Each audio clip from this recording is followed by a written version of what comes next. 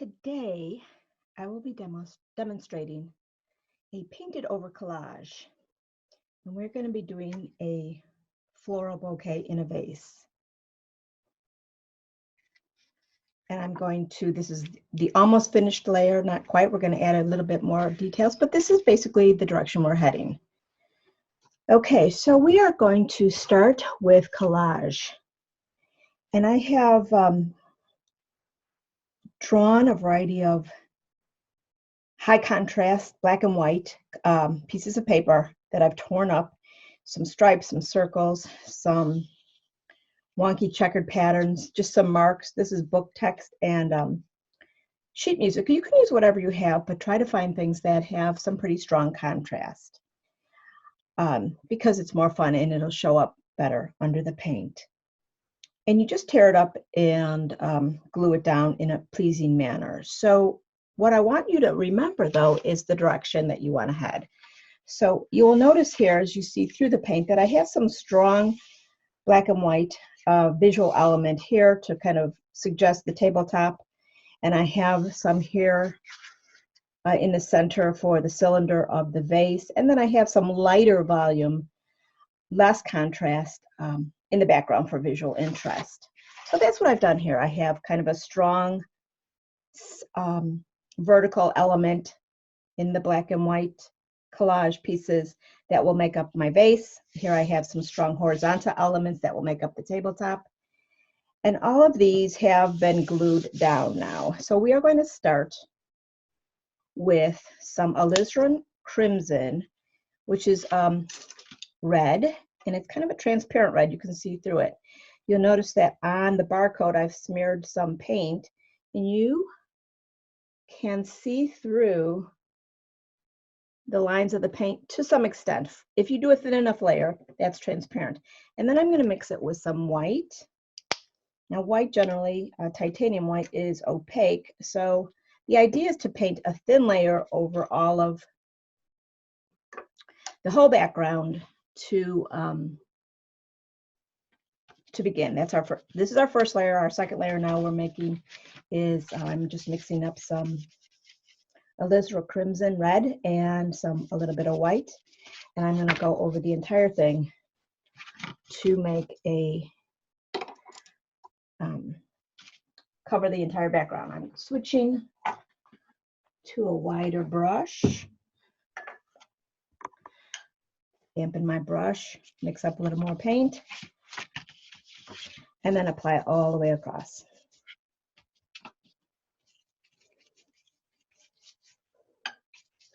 And you can add a little more paint as you're applying, a little more water as you're applying the paint. And that you can see allows for the background images to show through. And that's the idea, is we want to retain those background collage elements peeking through the paint so that we can, they give some nice visual interest to the finished composition. Speaking of composition, we will be using the rule of thirds composition element or style for this project. Rule of thirds is you take your piece of paper and either physically or just mentally divide your paper into thirds vertically and horizontally, and the 4 places where those lines intersect are places where it is good to put your focal point. And for us, the focal point will be that bouquet of flowers, not so much the vase, but the bouquet of flowers coming out of the vase. So what we're going to do after this dries is we're going to sketch in the vase along the vertical, left vertical third line. So again, dividing it into thirds would be a line here and a line here, right? So a line here and a line here, and then vertically, horizontally as well. So here would be the focal point. The main floral arrangement will be here. The vase will be along this left vertical axis. All right, so this is the second step. The first step is to lay your collage papers down. The second step is to apply a thin layer of background so that you can still see the collage layers through it. And then we'll come back as soon as that is dry. All right, my page is pretty dry. And now I am going to sketch in my vase, my tabletop, my vase, and the area where the flowers will occupy. So here we have this strong horizontal collage element. So that's going to be where I'm going to sketch in a tabletop, leaving a space for the vase. The vase is here, so I'm just going to draw a vertical line. It will come down below the edge of the table so that it's not falling off the table. And again, it is in a line with that the rule of thirds, the left third vertical line. All right, so you'll see just 2 vertical lines, a rounded bottom, and that's going to be enough to give us some direction. And we're just going to very gently, very lightly suggest where the flowers will be, and that will help us guide us to where we're going to paint the background. Now you'll notice that the flowers are not just contained right on top of the vase. They're kind of leaning over a little bit, and they can even droop like so. That'll give you some more interest. That'll kind of help the viewer's eye move around the painting. All right, so I've sketched that in, and now I have added more red of the alizarin crimson, a little bit more white, and a smidge of black. Now, if you remember from earlier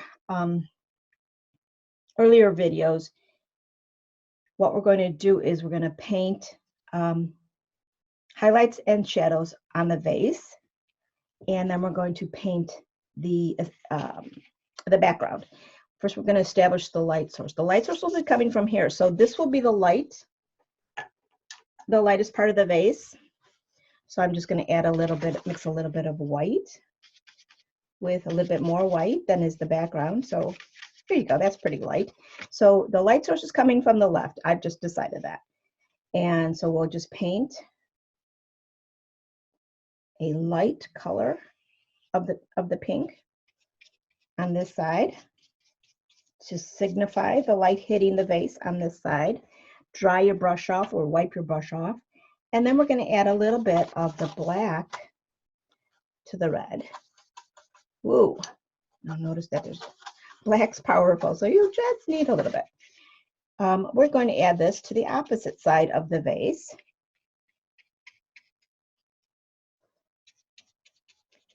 To show that the value shift. And that gives the viewer, I'm going to turn my paper upside down because I'm better at painting from this side. That shows the viewer that the vase is round. So that's almost a little too black. I'm going to rinse my brush and maybe just add a little bit more red all over. There. Oops. A little too wild. And then the red will just cover the black to some extent, but you'll still see the darkness through it. So here I am establishing 3 values: the mid-tone in the center, the highlight, and the shadow on the side. My brush just went into that white, so I picked up a little bit of white. We don't want white on this side. All right, so you see that it's darker on this side. We have the mid-tone right in here. And then gradually, I'm going to do this with a dry brush. So I'm wiping off the excess paint from on a paper towel. And I kind of want to dry brush these two to blend in. I'm going to turn it back around this way. And then we want these lines to be as subtle as we can, right? So it's not a striped vase. It's a vase that has a little bit of highlight, a little bit of mid-tone in the center, and then a little bit of dark on the side. Sometimes it helps to really have a very dry brush, there we go, to blend those. Okay, and while we have this dark and black and red mixture mixed up, we're going to add a little shadow to the table. Notice that that's too red, so we're going to come back in and grab a little bit more black. And we're just writing along the base of it, and then this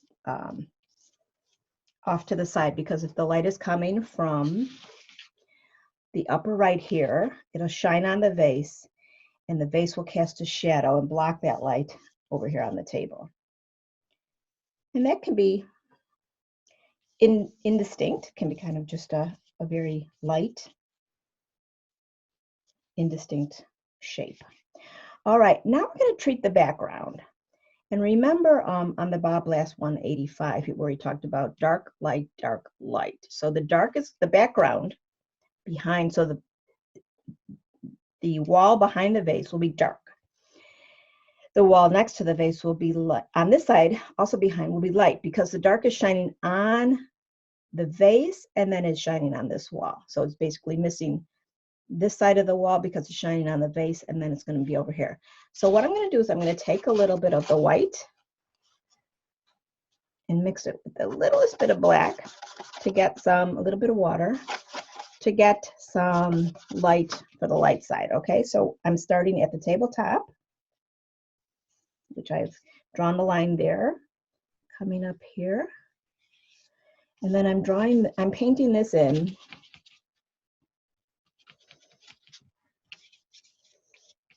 as a light background. And what this serves to do is push this part of the artwork back so that, by contrast, the vase pops forward. All right, and you can still see a little bit of those collage elements, but they're not quite so dramatic as they were. And you don't have to pay too much attention to the part of the drawing where, or the part of the painting where your floral elements will be, but you do need to come around. So you want to paint a little bit into it because you don't want to have to paint up to the leaves. The leaves will extend and the flowers will extend in front of the background. Okay, so I think this is pretty good. And then what we want to do, so this is the lighter side, and then we want to transition to a darker gray. So grabbing some of that, just a little bit of black and some white. I think I'm going to need to add some more white here. A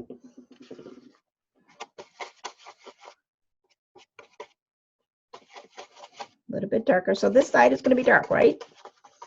All right, add a smidge of water to help it flow a little better. All right, now this side, starting at the tabletop, coming up along the side of the vase.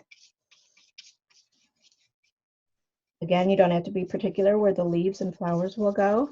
Just paint into it a little bit so it's all covered. All right, now we're going to have to do that transition part. So I'm adding a little more white to this gray. So we have a dark, a light, and then a mid-tone right here as it transitions into the lighter side.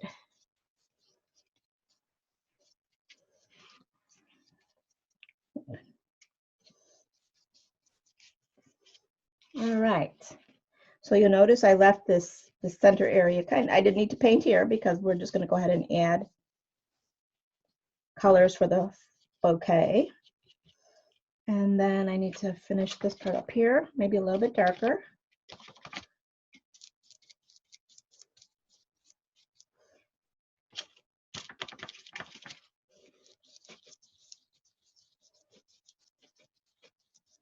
I'm using kind of a crisscrossing motion to affect that blend from the darker gray, changing to a mid-tone gray to a lighter gray. And I think I'm going to go ahead and add a little more, another layer of light here because it's kind of almost too transparent. Whoop! Let me get a little bit of damp paper towel and wipe that away. If you act quickly, you can make those fixes, but if you let it dry, then you won't be able to wipe it away.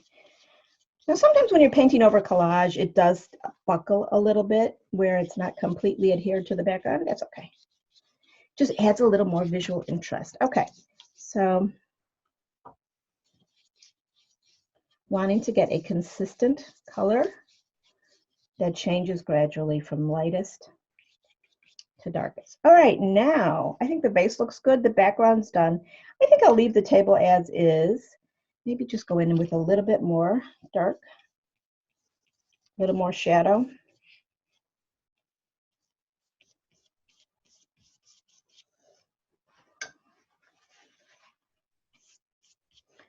All right, I am ready to start the flowers. Now, let's take a peek at the almost finished product. What I have here is a bunch of just blobs of color, no flowers that you could ever identify, just the idea of color. So, I mean, the idea of flowers. So this is definitely more of an abstract. So I have white, I have purple, and I have some pink. And I think I'm going to finish with bigger flowers that are yellow. So I already have the pink and red. Let me add to my plate a little bit of green, and I'm putting this right on top of these colors because they are dried, pretty much dry, so they won't pick up very much. A little bit of purple, and I'm going to need some more white. All right, so the brush I'm going to use, I think this one's too big. I was using this filbert, it's about a 1/2 inch filbert. I think I'm going to use now a 1/2 inch, maybe a little smaller flat brush. This is 206B. Oh, it's number 4. There it is. Number 4 flat brush. Flat means it has a nice sharp edge. So dampen the brush, wipe it, and then we're going to start with, let's start with some deep pink. So that'll be even, or actually red. So what I'm doing is just dabbing. Turning my, flicking my wrist each way, every which way, to just put in some little red flowers. It should spill over the edge a little bit and over the edge of your background. So what you want to see is the flowers spreading forth, not the edge, the line where you stopped your background. Okay, this is dry enough to touch. And now I'm putting in some purple. And you'll notice I'm putting it right on top of the red. And I didn't even clean my brush. So some of the colors are just mixing right on the paper, and that is good. That's fine. All right. And have a little spray falling off like this, just kind of like a vine sticking out, just for a little more interest. Okay, and then I think I'm going to go in with some green. I'm going to clean my brush, at least wipe off the extra paint. And again, these will be the leaves. They're a little bit bright. They are a little bit bright. So let's mix it with a little bit of red. You know that green, when mixed with just a smidge of the complementary color, which is red, neutralizes the colors, tones it down just a little bit. So this is almost a glow in the dark green. Almost, it's not neon, but it's pretty darn bright. So I'm just adding a little bit of red into that, and it really tones it down, right? And it makes it a little bit more realistic. And there will be places where I want the brighter green, just places, and those would be the places where the light is hitting the leaves. So right there would be a little bit brighter, and then these darker ones would be where the leaves are more in shadow. So along the top, those would be brighter because the light is hitting those. The ones over on this side, they would be darker because they are further away from the light source and they are further in, deep into the floral arrangement. All right, so they would be a little bit darker. See, I'm drawing a little suggestion of a stem. All right, now I've saved some space right here in the middle for my yellow flowers. And let's see. I have a bright cadmium yellow, a very warm yellow. And let's see what happens when we add. Now again, this paint is still wet, and wet with the purple. Those are complementary colors. So if they mix, they will turn a gray, kind of a muddy gray. So what I'm trying to do here is apply the paint without brushing it in. If I brush it in, it would mix together. If I drop it on top and don't play with it too much, then it will retain its vibrancy. Although now that I have said that, I think I am going to mix just a smidge in, like I did with the leaves. I think this yellow is a little bright, a little artificially bright. So you'll notice here I've just mixed some, just a touch, a corner of my brush with the corner of my brush of purple into the yellow. And then perhaps it gives a little bit more of a natural look.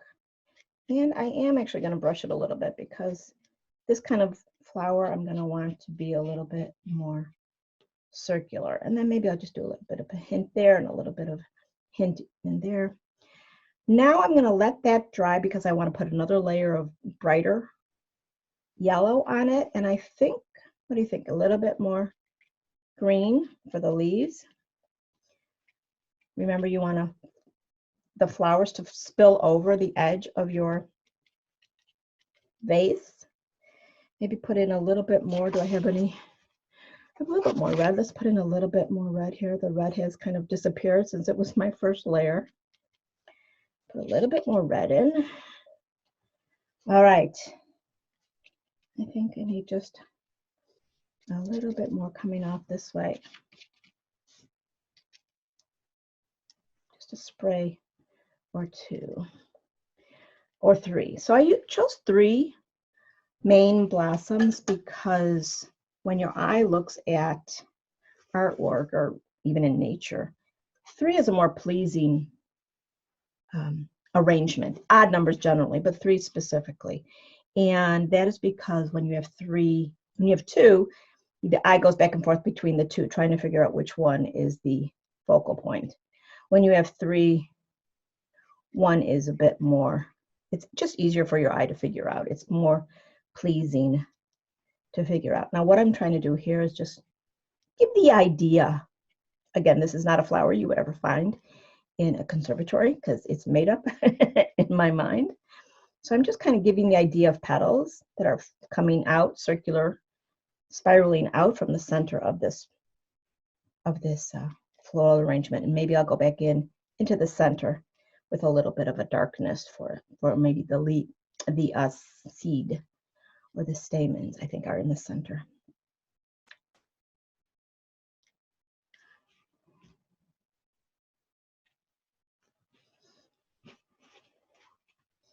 Drop in a little bit of purple for the center. Again, if you don't brush it around and just drop it on top, it won't mix with the complementary color yellow underneath. I think that is good enough.